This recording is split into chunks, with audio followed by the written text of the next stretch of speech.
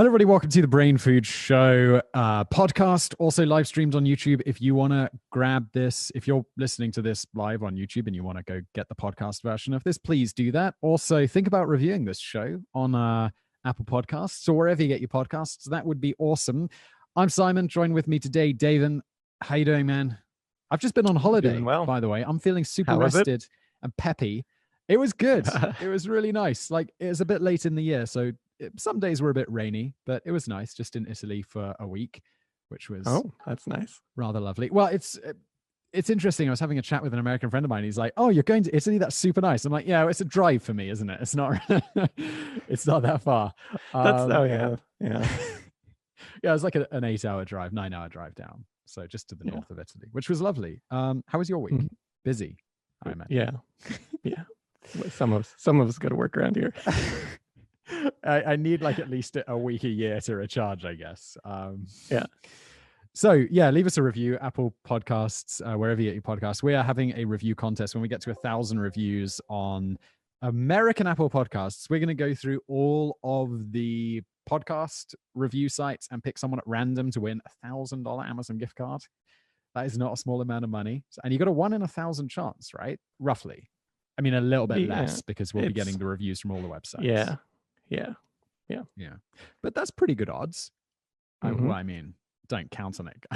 I'm not really selling this now. The barrier, don't count on it. The barrier for entry is very small. You literally just have to leave a review and say what you think of the podcast. What are we talking about today? What is the We're talking about 2 practical jokes of the greatest of the century variety. One is, as often called the greatest of the 19th century, and then the other is of the 20th century. But that's relative. Wait, the one of the 19th century isn't. Like that one is a lock in for the best. Yeah. 20th century, there was a lot of shenanigans going down. Yeah, they're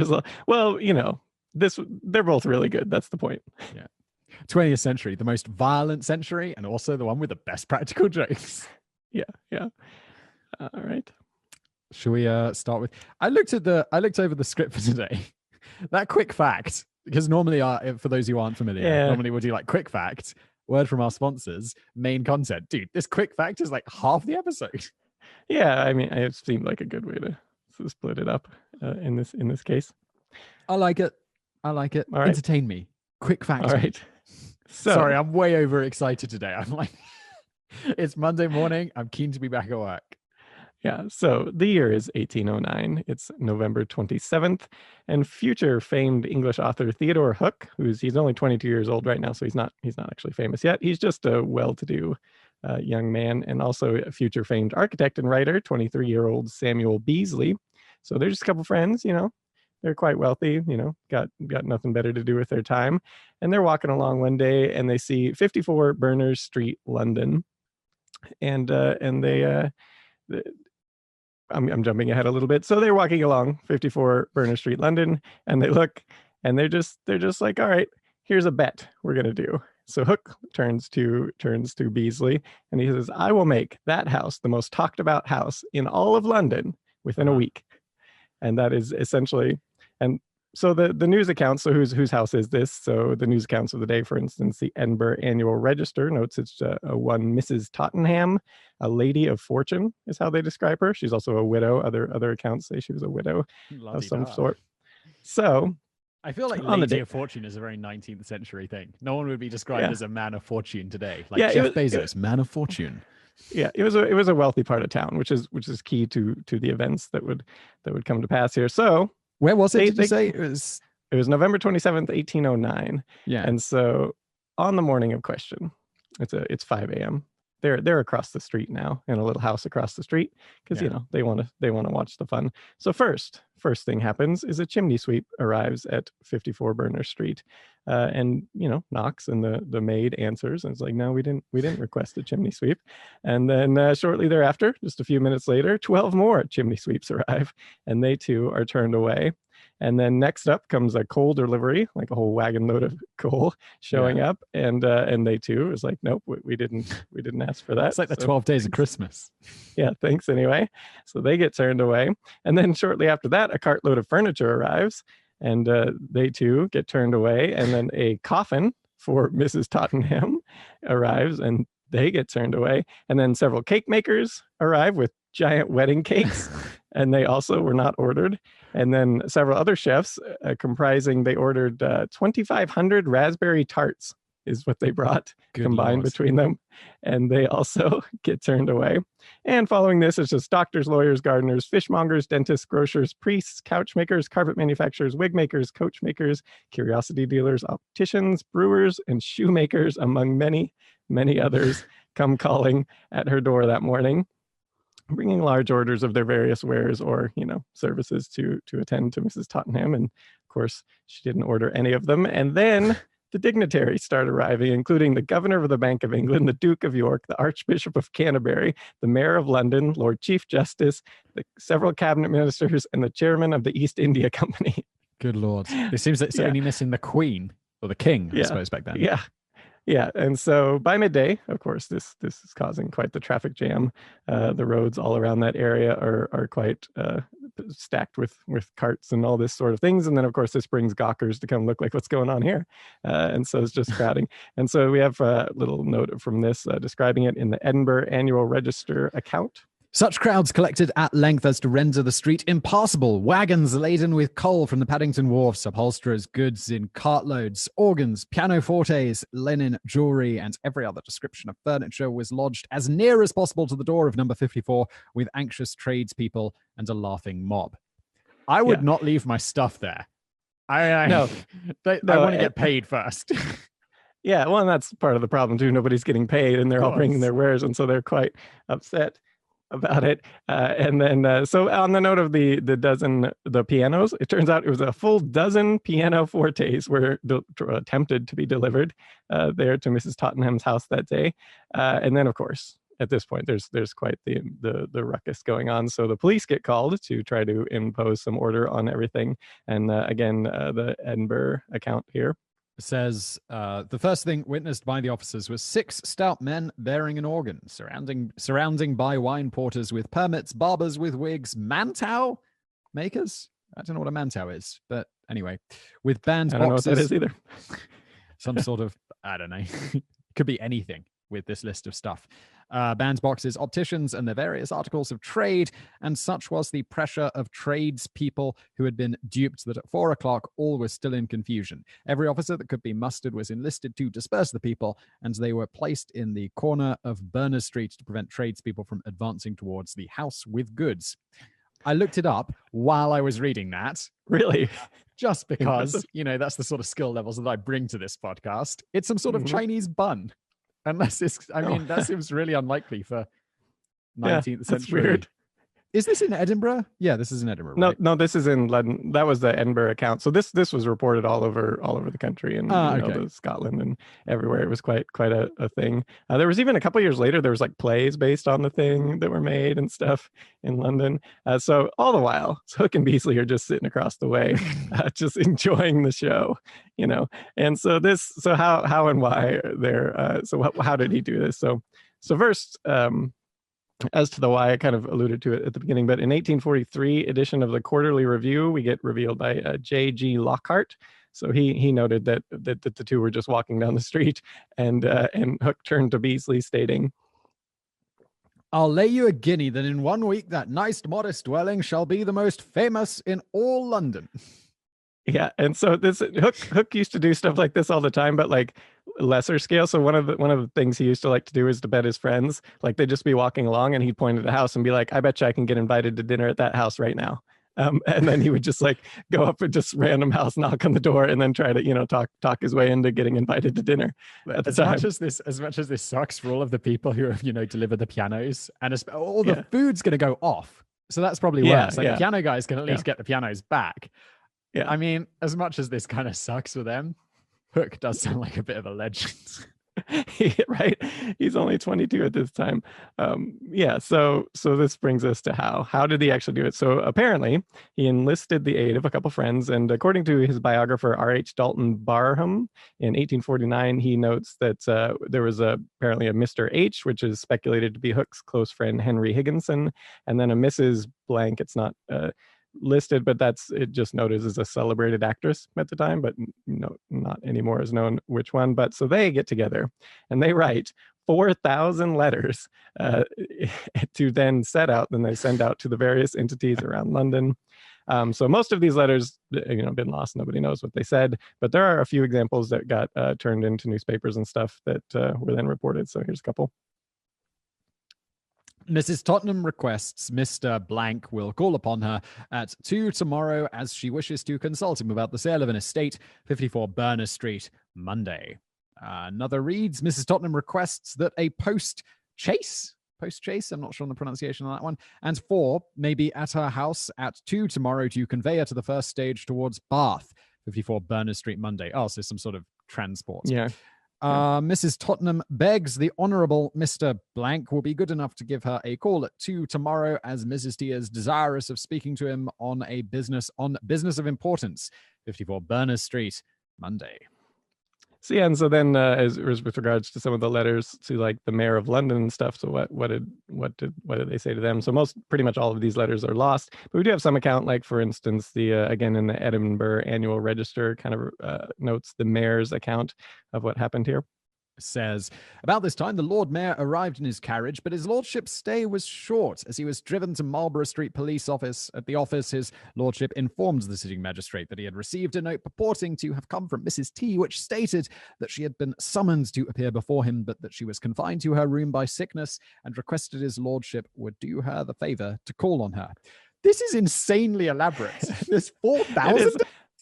Yeah, and the ones to the merchants was, that's kind of easy, just requesting wares and stuff. But yeah, to convince some of these more impressive people. So like another one we have an account from is the governor of the Bank of England. So what they did there is they just wrote that Mrs. Tottenham, she's old and she's, wealthy, and she would like to give a sizable endowment to the bank. And so she would like the governor to call on her at her house so she could discuss the matter. And, so of course he shows up. So there's a bunch of stuff like this that the getting the people to come is really the important people to come is the impressive part. But so eventually the crowds, of course, they dissipate late in the evening. And then this is when Hook and Beasley supposedly emerge, and Beasley gives him his guinea and they just, walk off. And so initially, of course, this was like a big deal. It was like major news, and there was, the police were called in. There was lots of goods destroyed, like not just the perishable goods, like some stuff were just, destroyed in the process with all the crowds and everything. And so that, the legal authorities were wanting to get involved, and like, who did this? Someone's going to, jail or getting fined or something for this. And so nobody knew at first. There's just a lot of angry merchants who wanted. And so as for Hook, he immediately left town directly thereafter for a couple of weeks, claiming his health was poor to his friends. And a lot of his friends kind of, the one that weren't in the know, they kind of suspected, yeah, this seems like his thing. And then all of a sudden he up and leaves town directly after. But a couple of years later, rumors were swirling publicly. So that Hook was the one behind it. And so on November 1st, 1812 edition of the Satirist, there was the first noted instance of this where it was quoted, the young writer was, to quote it, grievously suspected of the Berners Street hoax. And then Hook himself, he didn't admit to it.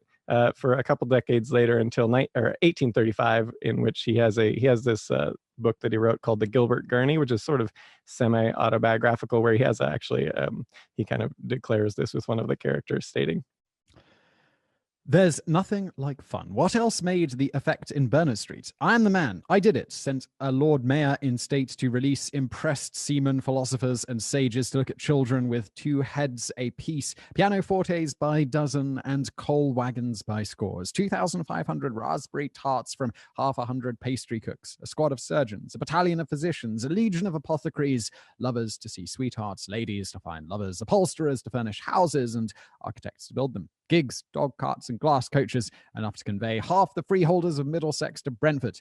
Nay, I dispatched even royalty itself on an errand to a respectable widow lady, whose concourse of visitors, by my special invitation, choked up the great avenues of London and found employment for half the police of the metropolis.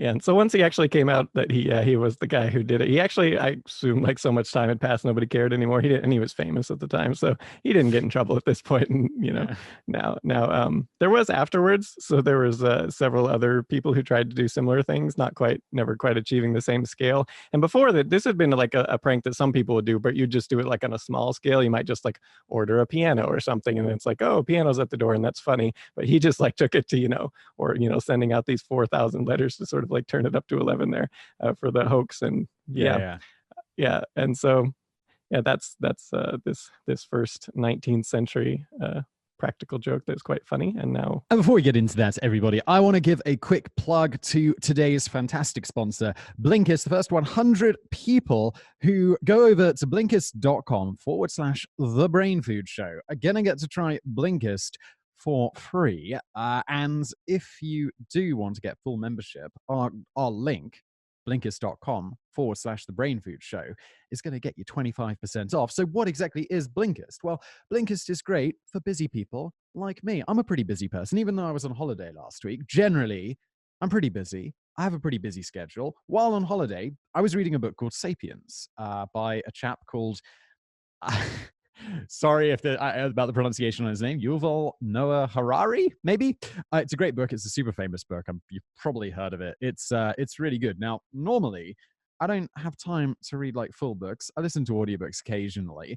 Mostly, what I do is I jump into Blinkist, which offers 15-minute summaries of books, just kind of getting the major points, the most important stuff out of them. And they do these audio. Can you see that? Is that going to adjust? They do these, this is actually the text version. So here there's like a text version and it calls them blinks. And in there, there's just the most crucial information. You can also listen to it if you want. Let's see if I can get that to play.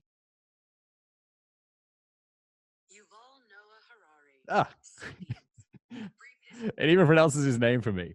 So let's just jump ahead, and it'll have like these blinks. There's 13 blinks in this book, and then it sounds something like this. So, although not the first humans, Homo sapiens came to replace.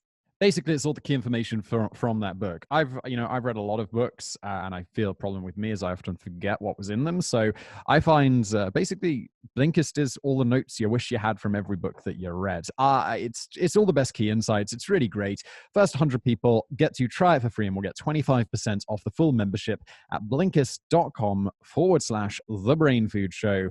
Please do go check it out. It also supports the show. It's a fantastic app. Just go download it, and let's get back to the show. Normally, if you're like a practical jokester, and you die, your practical joke, you're done. You can't do more practical jokes. You're dead. But some people, they rise above the occasion, and they continue to do so from beyond the grave. And that is the subject of today, is the 1930s. One Charles Vance Miller did just this very thing. And so Charles Vance Miller, who was he? So he was born in Canada, a Canadian, in 1853. And so he was excelled at pretty much everything, super genius, near perfect marks at university. Then he settles on law, but on the side, he does investing, and he ended up being quite incredibly wealthy, multimillionaire in his lifetime. But his true passion was for practical jokes. And so... And particularly, I didn't include a lot of the stuff he did. Like, I mean, he used to do stuff like he would like accidentally drop like money, like cash, and then just try to see, like, he'd just stand there like he didn't do it, and then try to see if people would try to sneak and like grab it without him noticing. And he did stuff like this. And then this guy's like a 20th century YouTuber. Yeah, and so he kind of had this thing. It was like every man has his price. So these were like the practical jokes. He liked to see like how far he could push people to do stuff that he knew they didn't want to do, but and so this is kind of, this brings us to October 31st, 1926, when Miller, he dies of a heart attack on Halloween, at that Halloween, 1926. And so he's 73 years old at this time. And so he's a lifelong bachelor. He didn't really have, he had no close family or anything, a bunch of friends, but, that was it. He just had like distant relations that he didn't really know. And so he, what does he do with his money? And so he decided to just bequeath it to people for humorous means. So to begin with, I'll just give a few examples here to start before we get to the main part. So first, Miller bequeaths for their lifetime. He's not actually giving it to them, but they can use it for their lifetime. So the point of this is that they can't sell it. So he gives his Jamaican summer house to 3 lawyers, one T.F. Galt, J.D. Montgomery, and James Newerson. And you think, this is like a generous gift. He's letting them use his summer house. They can just, do that, But it turns out these 3 men loathe each other. Like, they absolutely hate each other. And so he was just his way of forcing them to, if they want to use the place, they got to get along enough to manage it during their lifetimes. And then once they die, then he noted that the house would be sold. And then here's a little quote for you to read. Upon the death of the last survivor of them, I direct my executors to sell the same and give the proceeds to the council of the city of Kingston, Jamaica, for distribution among the poor of the city. Yeah, so that's nice, the charity get it eventually. But in the meantime, these 3 men who hate each other have to get along enough to manage this house together. So then he goes to so he bequeaths shares in he invested in a lot of stuff, and he had shares in the Catholic-owned O'Keefe Brewery. And so he gave these shares to the temperance-supporting Protestant ministers. And so as long, with the stipulation that they couldn't have them, be a catch. They couldn't have them unless they took part in the management of the Catholic brewery. Just to see, if they would do it. And so similarly, he left shares of the Kenilworth Jockey Club to 3 men. The 2 most notable here were Reverend Samuel D. Chown and Judge W.E. Rainey, both of whom who were advocates against horse racing and gambling. And so, but again, the stipulation here was in order to claim their shares, they actually had to become a member of the club. And so they had to actually go sign up, become a member of and then they would get their shares. And so just to see if they would do it for the money. And so they did. And the 2 men in question, they sold their shares for $1,500, which is about $27,000 each is what they got. But they had to sign up, become members in order to get it, just to see if they would do it. So they did. And then, beyond this, he did leave money to like his housekeeper and some of his friends and stuff like that. Yeah. Without all that, weird stipulations. Yeah. But the most significant part of this, the vast majority of his money at this time, he stipulates in the 9th clause of his will. All the rest and residue of my property, wherever so situate, I give, devise, and bequeath unto my executors and trustees, named below in trust, to convert into money as they deem advisable, invest all the money until the expiration of 9 years from my death, and then call in and convert it all into money, and at the expiration of 10 years from my... Jesus, you can tell he's a lawyer, can't you? At death, and give it all in and its accumulations to the mother who has, since my death, given birth in Toronto to the greatest number of children as shown by the registrations under the Vital Statistics Act. If one or more mothers have equal highest number of registrations under said act, to divide the said monies and accumulations equally between them. Yeah. Wait, so he's like, basically we'll give all the money to the woman who has the most kids.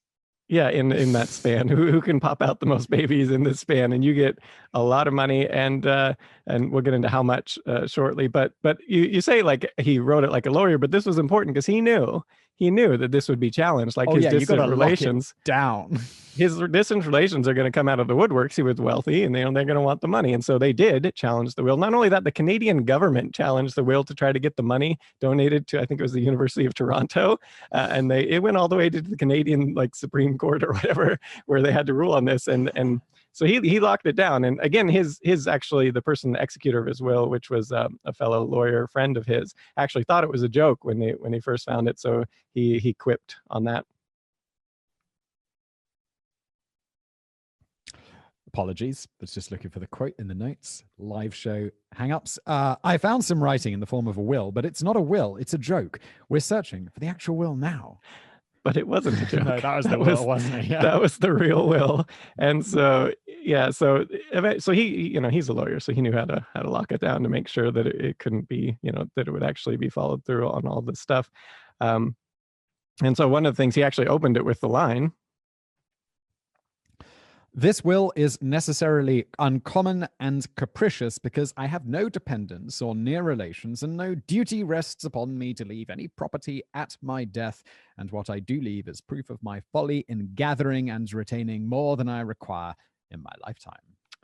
Yeah, so the Canadian Supreme Court ended up there like, yep, this is a valid will after it gets all up there. And the Justice Middleton, he would add some stipulations to some of the things that actually weren't in the will, which we'll mention shortly. But yeah, he deemed it's legally sound. It's all good. So it gets executed. And so then there's this matter of, okay, what about this? They got to manage how this, the woman who pops out the most babies in this span. Like, how do they decide and all that? So Justice Middleton, he adds some stuff. For one thing, he thought he stated there had to be, for his estimation, a legitimate birth, and so this, for him, he just meant they had to be married. Like, no births out of wedlock would count, which wasn't in the original will.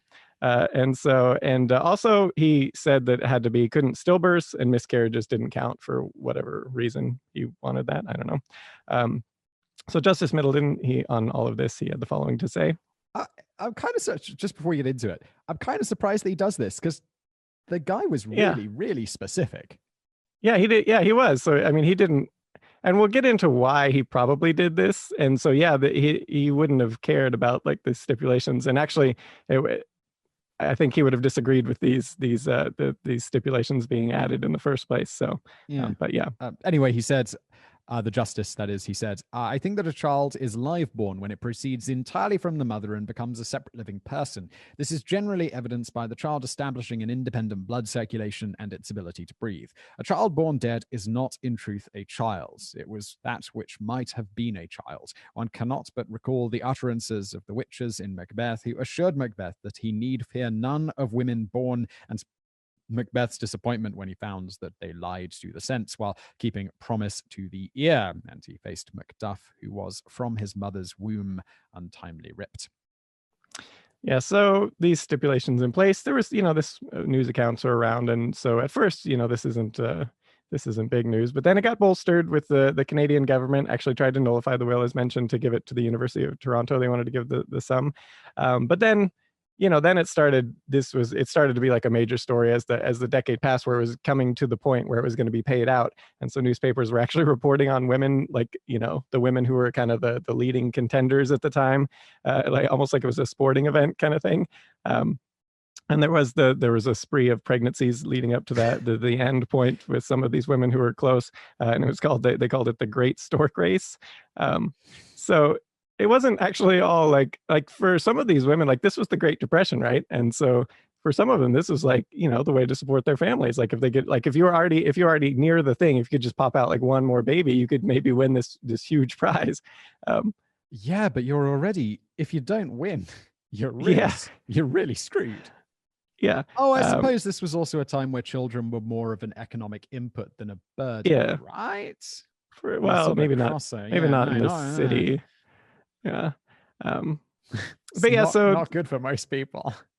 So what was this estate? So this was the Great Depression. You might think he would have lost a lot of his money, and he did lose some on some of his investments, but there's actually one investment that he made that really kind of bolstered it and kind of made it come out in the positive. And so he paid just $2 for a bit, which is about $30 today, for this little tiny piece of land that was near Detroit, kind of on the border. And it turns out this land ends up getting sold to be used for the Detroit-Windsor Tunnel, which is today the second most traffic crossing between Canada and US. And so the $2 investment for this land ended up selling for $100,000, which is about $1.8 million today in 1936. So that ended up helping the rest. How did he know?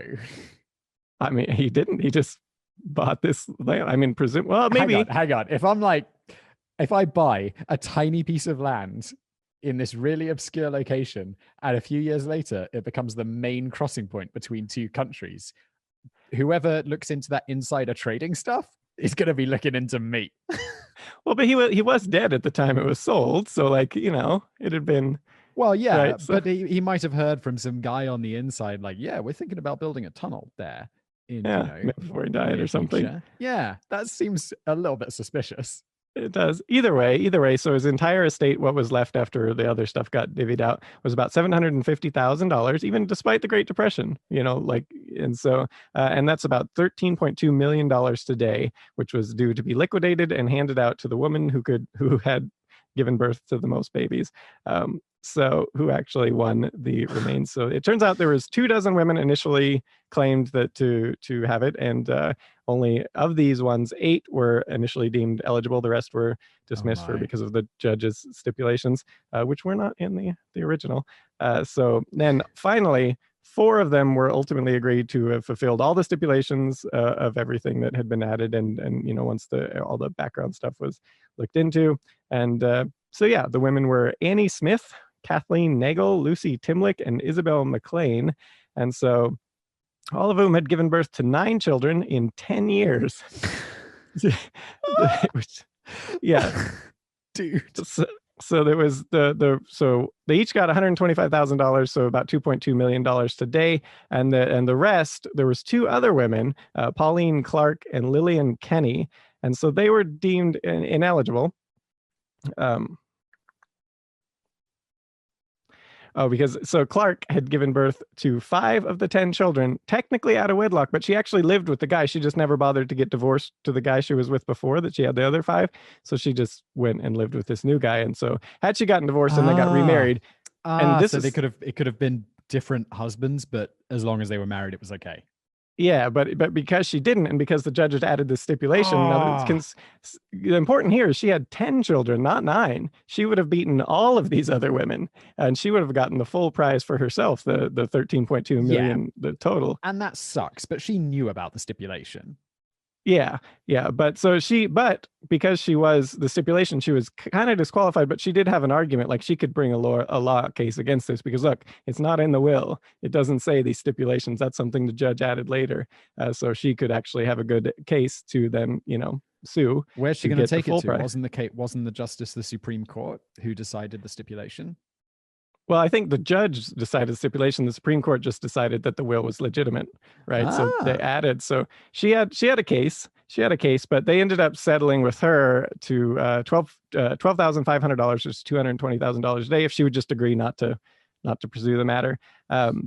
Okay, like, this is all good. That's a lot of money, but that's like 22 grand a child in today's money. Yeah. So does that even pay for college? Yeah, and the other woman also, she would have been one of the winners, but she actually had a stillborn child, so that she was deemed. And again, she could have brought a case because it wasn't in the initial thing. So they also gave her $12,500. Well, that's right. This is when 1940s? Did you say? 30s, 1936. So all of these women who had the 9 children in 10 years, they got to pretty much have a perfect run. Yeah, yeah. Especially like, the one who had 10 child and you're out. And that's insane to have that many. And the woman who had 10, that's crazy. That's insane. How many months does that leave you to spare? Almost none. And your body just has to get right back on it. Like, that doesn't always happen. So why did Miller do this in the first place? And it turns out Miller, he was a lifelong bachelor, and he definitely had a strong opinion about so at the time, birth control, like, doctors couldn't even talk about it. Like, you couldn't talk to the women about, like, how could you make sure you don't get pregnant. Like, this wasn't even a thing that could be discussed, let alone actually issue, because they did have various forms of birth control, and you couldn't even talk about it. Like, their doctor couldn't even talk. It was against the law to even talk about it to the women. And so this Miller he thought this was stupid, and so this was sort of to garner discussion, was what he thought he was going for. But how ridiculous it is. Like, look, they just keep popping out the babies if we don't have some form of birth control they can use. So this thought is maybe what he was going for, to sort of get some commentary going on the news or whatever. But well, here we are in 2019 talking about it. He was successful. Yeah, and this did get brought up in the aftermath. And one of the winners, actually, Lucy Timlick, did take a moment to note to the press. I think birth control is a wonderful thing, and further noted. I just read that like as part of the quote. Okay. I think birth control is a wonderful thing. And further noted, I am sorry in one way that birth control information wasn't available years ago. I know mothers who would have welcomed such knowledge. Yeah. It's like that moment in Anchorman. I'm Ron Burgundy.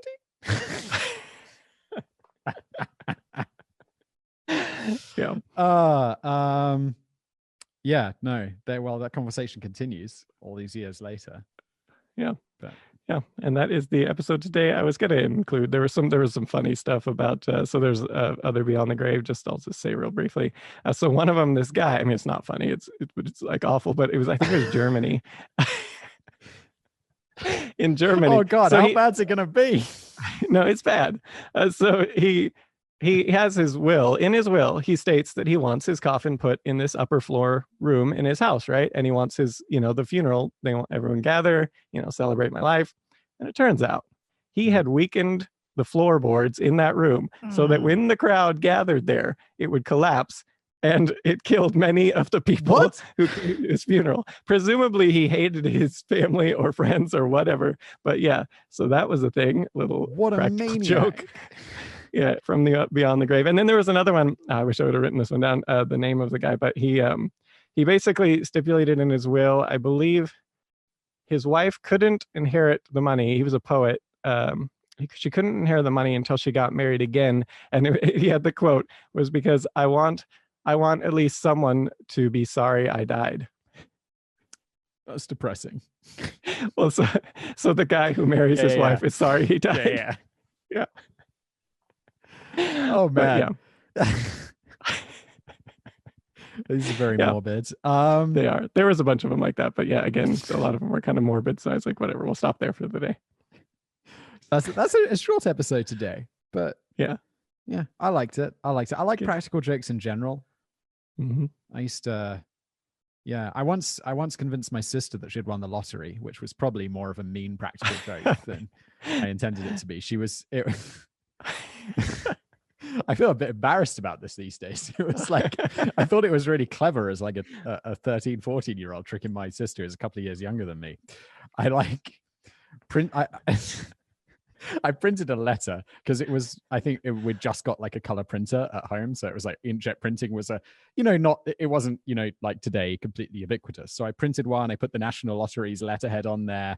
I made up some story about how there was a surplus in the lottery funds and they were just giving it away to people at postcodes in the UK. And it was only, I made it realistic. So it was only like 250 grand rather than like, 100 million or something. And then I printed an envelope with like, is it called postmarking, where you fake like not fake, but companies will send it out. They won't stick a stamp on there. They'll print like something on it to show that it like this.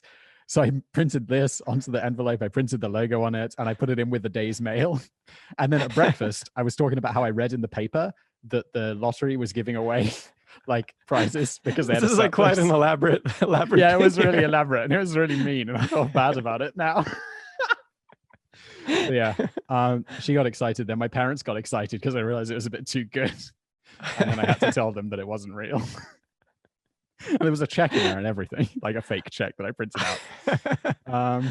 Yeah, that was Well, listen, it's not as bad as the guy who killed his family by putting the coffin on the top floor. I'll take comfort in that. This has been the Brain Food. This has been the Brain Food Show. I've been Simon. That's been David. We'll be back real soon with another episode. For now, please do leave us a review. Apple Podcasts, Stitcher, Podcast Addicts, wherever you get your show. That would be great.